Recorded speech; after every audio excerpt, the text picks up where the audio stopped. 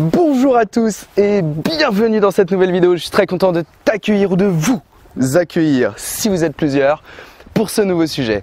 Aujourd'hui, je voudrais revenir avec toi en fait sur quelque chose qui s'est passé ce week-end. Pour la petite histoire, en fait, j'ai réalisé un coaching et je voulais revenir en fait avec toi sur le problème, en fait, le blocage qui pouvait complètement paralyser cette personne et qui pouvait être un frein à sa réussite, à savoir le syndrome de l'imposteur.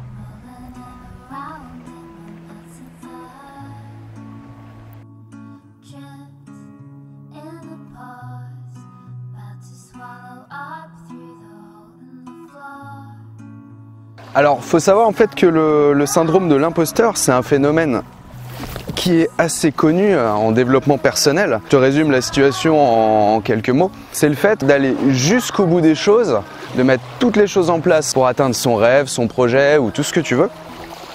Et finalement, au moment de sauter, t'y vas pas.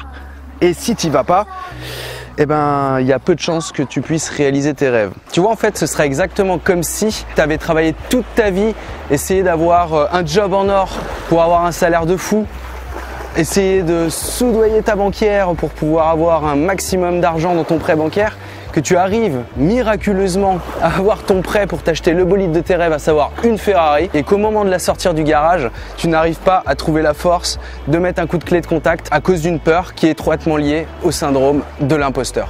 Tu ne te sens pas légitime. Tu penses que tu es trop jeune, peut-être, pour avoir un bolide aussi puissant. Tu ne penses pas non plus être en capacité de gérer la puissance d'un tel véhicule, ce qui fait que tu te sens complètement bloqué. Tu vois, le syndrome de l'imposteur, c'est exactement ce principe-là. C'est le fait de se dévaloriser tout simplement en se disant que voilà, on n'est pas capable et on n'a pas le droit surtout d'avoir ce que l'on a. Et ça arrive malheureusement à beaucoup de monde. Alors je sais pas si tu vois où je veux en venir à travers cet exemple, mais c'est exactement ce qui s'est passé en fait avec la personne que j'ai coachée ce week-end. Il faut savoir que cette personne a tout quitté, non seulement son job, mais en plus a dû créer un emprunt pour pouvoir se financer une formation très onéreuse. Cerise sur le gâteau, la personne en plus de ça a pu avoir son diplôme. Manque de peau, aujourd'hui elle est incapable d'exercer son métier. Alors on peut se poser la question pourquoi, à partir du moment où tu as deux doigts en fait de toucher, de réaliser tes rêves, pourquoi tu n'irais pas dans le sens de ce dont tu rêves, tout simplement. La personne m'a d'abord sorti tout un tas d'excuses du style j'arrive pas à trouver du travail. C'est des métiers dans lesquels ça ne recrute pas. Il y a une part de prise de risque aussi à travers ce métier, ce qui pouvait lui faire peur. Mais bon, ce qu'il faut savoir, c'est que toutes ces composantes au départ, la personne en était parfaitement consciente. Ok ?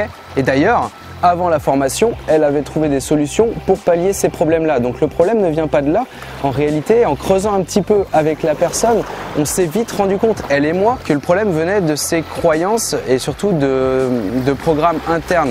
Elle avait ce qu'on appelle un sentiment d'illégitimité. C'est le fait de se dire, voilà, aujourd'hui j'ai mon diplôme, j'ai ma formation, mais je ne suis pas capable d'exercer au même titre que quelqu'un que l'on respecte. Et de ce fait, on ne se sent pas crédible. Jusque-là, on est dans un cas typique du syndrome de l'imposteur. Ce qu'il faut savoir, en fait, le vrai problème avec le syndrome de l'imposteur, c'est tout simplement qu'à partir du moment où on a un idéal élevé, à savoir les personnes que l'on a admirées étant jeune, il est très très difficile d'égaler ces personnes-là. Pourquoi ? Puisque finalement, si on arrive à exercer le même métier que ces personnes-là, alors là, le mythe, il s'effondre complètement. C'est-à-dire que les personnes qu'on a admirées étant jeunes, finalement, on va les ramener à un niveau commun, à savoir le même niveau que nous. D'accord ? Une fois que tu as conscience de cette peur en fait de détruire le mythe de la personne que tu admires, tu comprends assez facilement l'origine de ton blocage et cela te permettra d'avancer. En fait, moi, ce qui me fait halluciner avec ce syndrome de l'imposteur, c'est qu'il y a des gens, tu vois, qui sont à deux doigts de la réussite et qui font pas le grand saut. Et le truc, c'est que voilà, il faut simplement en avoir conscience. Alors j'espère que cette petite vidéo t'a permis de prendre conscience de certaines choses, notamment si tu es bloqué en fait dans ta réussite, essaye de voir si tu n'es pas toi-même victime de ce fléau qui détruit et bousille des rêves. Et si jamais c'est le cas, écoute bien ces petits conseils, rappelle-toi quelles sont les personnes en fait que tu as pu respecter dans ta vie. Et dis-toi bien une chose, c'est que si tu es arrivé au même niveau, que ce soit au niveau des études, que ce soit au niveau de la passion, parce que la passion c'est quelque chose d'ultra important, tu as toutes les cartes en main pour réussir, ok ? Et enfin, dernier petit point, n'oublie pas que ces personnes-là, avant de devenir des personnes extraordinaires qui réalisent leurs rêves, ben forcément ont commencé à partir de zéro.